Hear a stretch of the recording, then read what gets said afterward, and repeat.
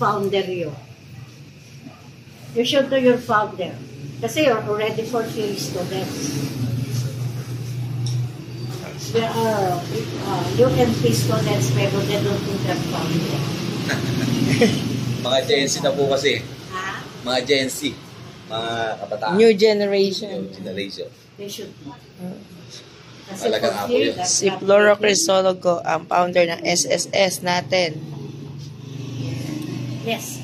Pero pwede kayo umupo dito, my dear. Si Robert will be your photographer. Thank you po. So ito na po siya. Matangkad siya. 6-footer. Yan si... dati siya sundalo. Reserve officer po. Reserve officer. So, sabi ko ni sir, politician kasi 24 years as congressman. Dahil siya kung nakuha ko ng No? talaga din siya yung founder ng SSS. Tinatanong nito ng estudyante kasi din sila Kasi nalulungkot niya siya. Hindi alam na bagong kabataan niya. Aggressive. So, reserve officer po siya, lieutenant colonel yung kanyang position, kaya nag-record siya ng araw. So, wala na siya dito, mga personal. Personal na gamit niya to. Yun ang talaga. Etong uniform na to, talaga sa kanya to? O ano na lang? Sa kanya talaga? Sa kanya. Sir,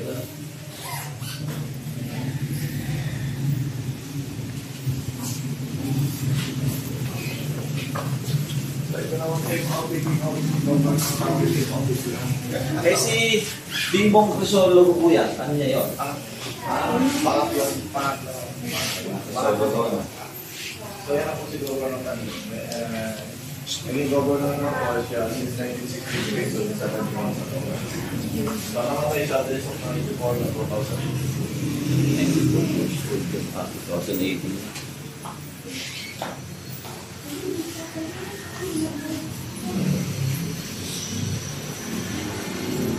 Dapat pala may museum tayo. Ipunin mo. Bali lang po anak niya. 8 pa. Ay, 8.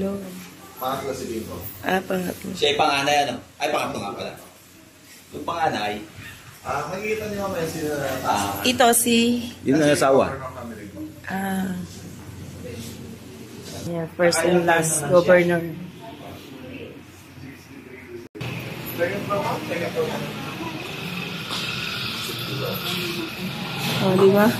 Na-preserve yung mga balanggot. So yung mga panang Ilocos gawa sa upo. Upo. Yung upo lang pala to, oh. Ang laki po yan ano? Upo lang. Second floor muna, second floor. Ayan, second floor. Ay, meron po second floor. Second floor muna siya. Alika muna second floor tayo din, be. House tour. House tour tayo ni Francisco Cruz. So marami pa kayong makasama? 5 lang po kami. Talagang exclusive po. Exclusive po kami So sa... doon muna kayo sa loob. Ay, sa loob. Sa dressing room. Ay, eto yung dressing room. Ay, napakadami sapatos. Ay, Diyos ko Lord. O, sapatos. May kasya ka dyan. Baka may kasya na sa'yo, tayo. Ang laki ng pao.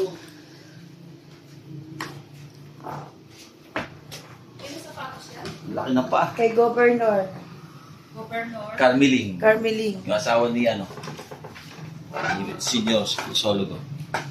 Yung mga damit nila noong panahon, ano? Mga sikat, mga gaganda. 94, hindi halos 70 si nanay ngayon, ano? Eh, 94 lang na namatay. Yung mga bag nila noon pa. 2018 pa. 94 siya ng 2018. Dami.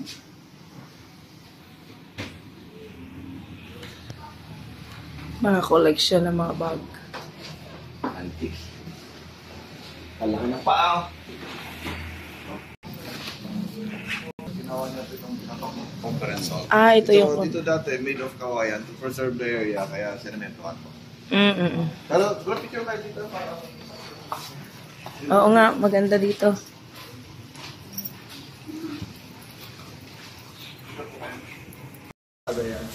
So, ang purpose siya, lagayan ng mga, kasi nung araw, uso yung nagre-regalo ng mga puta. Ayun, bigla Diyan lagay. din yung Para hindi kita. Nakatago. Kauna-unahan ko po. Eh, ito yung kauna-una rep, ateng. Uma-under pa raw, ateng, pwede mong event.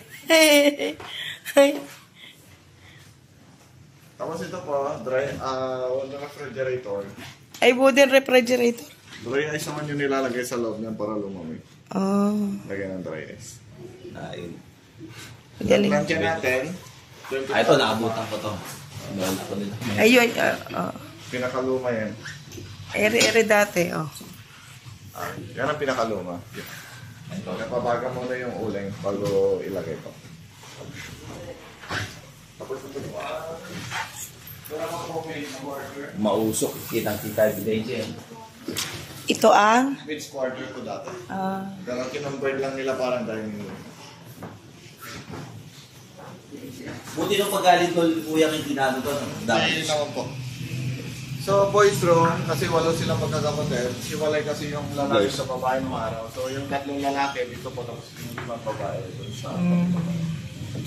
Yung walo po na yung mga buhay pa. Patay na po rin ako.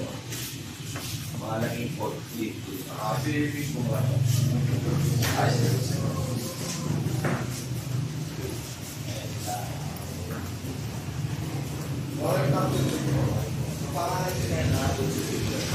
Ay, ay, napili ko lang niya.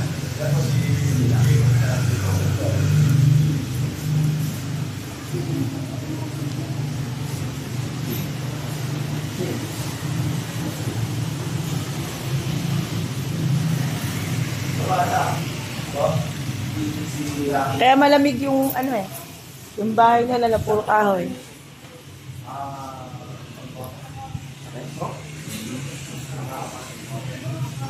Handa naman eh.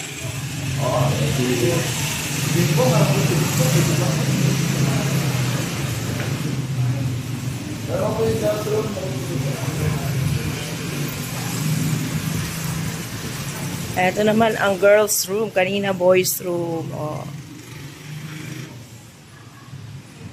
Ako nga, talagas. Si Ato niya naktan ni...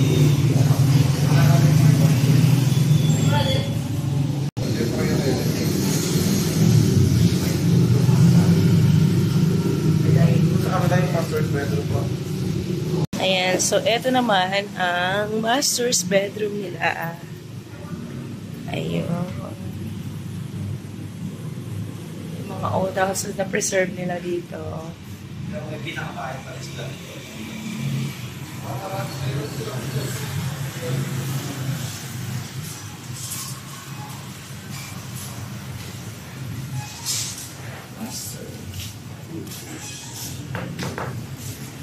Yan.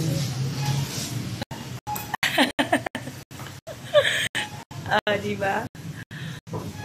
Preserve na preserve ang mga kaluma-luma ang gamit. Ayun ang pinakamaraming pabango.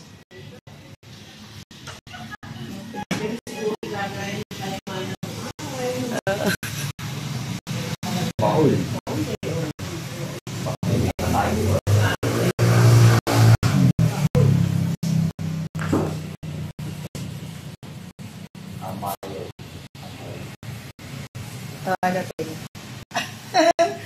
Amazing! Amazing yung gamit nila. Oh. Ikaw ba may natatago kang mga kaluma-luma? Ay, wala na. Wala, tinatapon. Tinatapon na ganyan yung mga kaluma. Si nanay may natago kang kaluma-luma ang gamit mo. Ah.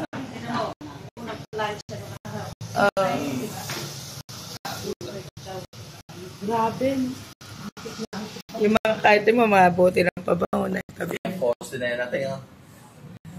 Yan ang saksi. Lahat ng mga pangyayari dito sa makasaysayang bahay ni Francisco Crisologo.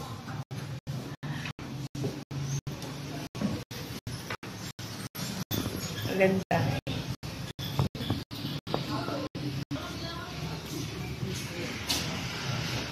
Preserve. Mother, umarap ka na picture ka ta. 1, 2, 3.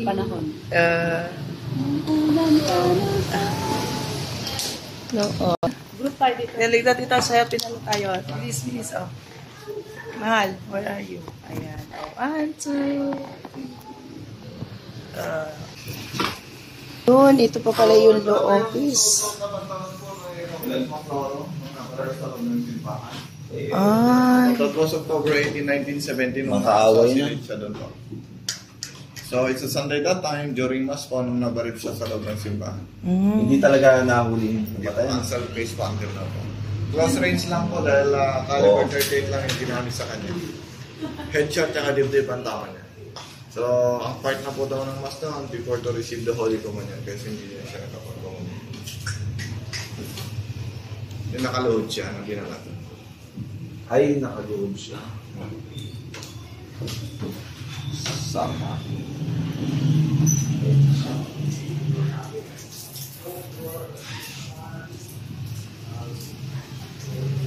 Kasi hindi naman, wala man lang, hindi man lang nahuli. Wala eh. Maraming tao doon tayo.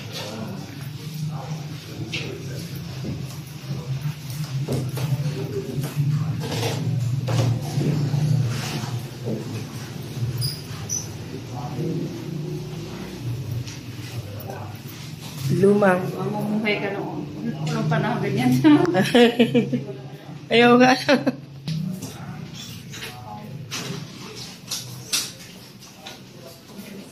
Panahon. Kailangan makakapagpaalala. Buti nga may mga ganito. Ayan pa yung kanilang karwahe. Pasok kayo, ma. And ang kanyang kotse. O, ano. Pamay-pay ko. Karwahe mo, Biko. Thanks for watching, mga buddy.